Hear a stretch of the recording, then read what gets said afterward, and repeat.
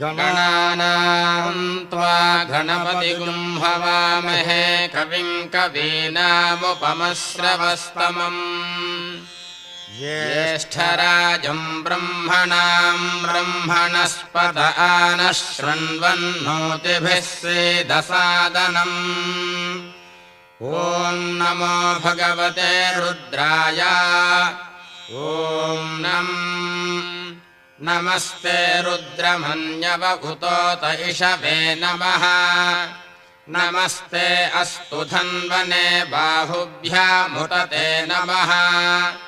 यात इषुः शिवतमा शिवं बभूवते धनुः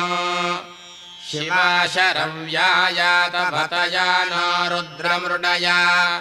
याते रुद्रशिवा तनोरघोरा पापकाशिनी।